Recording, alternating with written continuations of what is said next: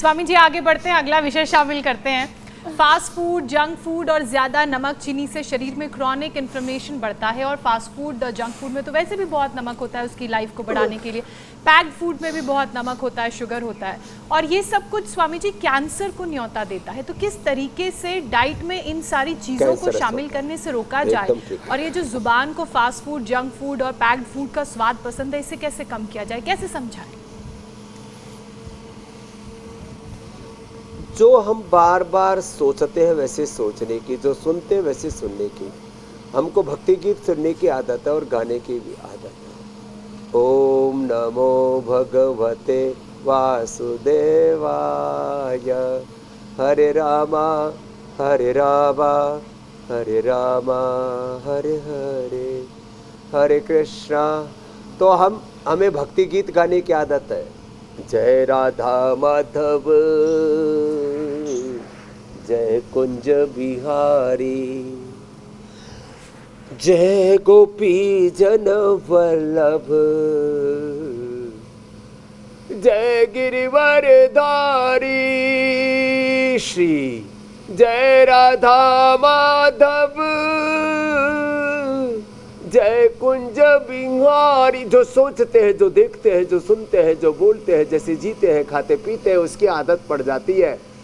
और अच्छी चीज़ें खाने पीने की आदत डालो। अब हमने आदत क्या डाल रखी है? फ्रूट्स खाने की, ड्राई फ्रूट्स खाने की, अंकुरित खाने की, साग सब्जियां खाने की।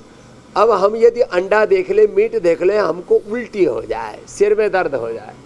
एक बार हम करोल बाग के करीब से गुजरे थे, आज से 35 साल पहले की बात है।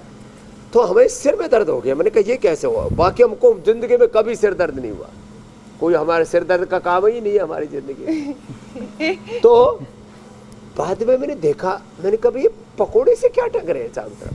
अरे बोले बाबा जी, ये मुर्गे की चमड़ी उधेड़ करके मुर्गे को पूरा का पूरा उल्टा लटका रखा है, और इसमें इतनी बांस आती है मुर्गे में।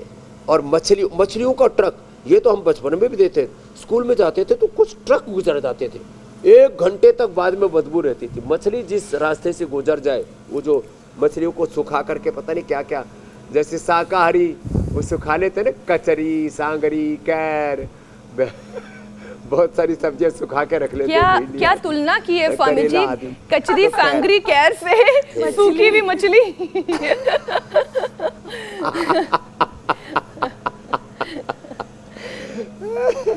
तो ये सब चीजें बड़ा झमेला है। अच्छा स्वामी जी, आप तो खाने पीने की आदत डालेंगे तो बच्चों को बचपन से ही ये अंकुरित खिलाएं, साग सब्जियां, फल खिलाएं, जो बार बार खाते पीते, जो जीते वही हमारी आदत, अभ्यास।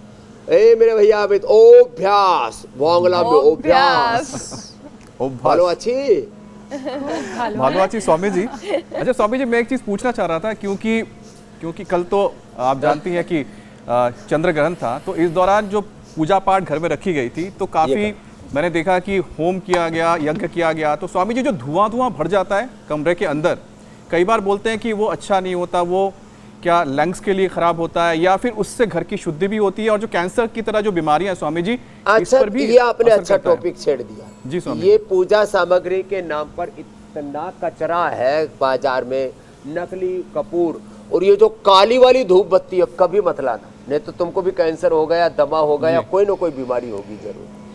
काली वाली धूप बत्ती, फिर अगरबत्तियों के नाम पर बांस और तमाम तरह की चीज़ें जलाते रहते हैं।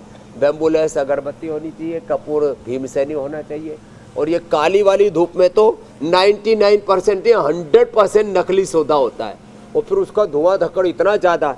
अब रात को हमने 1:30 बजे तक तो हमने भी हवन किया, जप किया, और फिर हम तो सुबह सुबह योग में लग गए।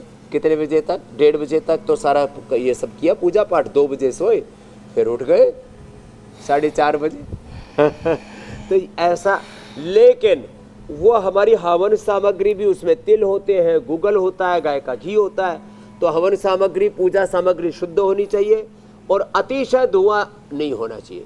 सामान्य जो धूम है वो तो चिकित्सा है, धूम चिकित्सा।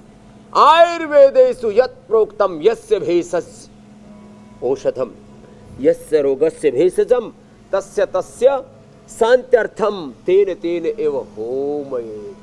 तो ये तो एक विज्ञान भी है, लेकिन उसमें सावधानी नहीं रखी तो जैसे खाने पीने में कचरा खतरा है, ऐसे हवन सामग्री में, पूजा सामग्री कोई में खतरा नहीं पैदा होगा। आपने कचरा प्रयोग किया, वो अगर खतरा हो कचरे जाएगा। से दूर हो जाएंगे, फिर वो किसी भी प्रकार का कचरा ही क्यों ना हो, सबसे पहले शरीर का कचरा कम करिए, उसके बाद आसपास तुलसी घर में का लगाएं, प्रदूषण ये भी कम जरूर। करिए।